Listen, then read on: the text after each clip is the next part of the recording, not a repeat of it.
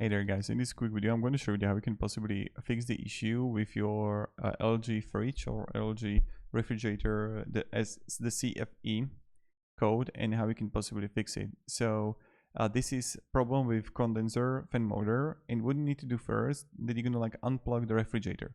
Then you want to locate the condenser fan on LG fridge. So this is the first thing that you want to do.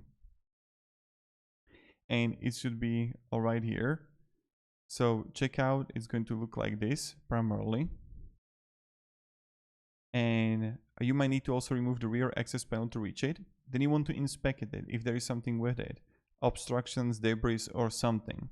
Then, if you have a multimeter, you can also test the fan motor.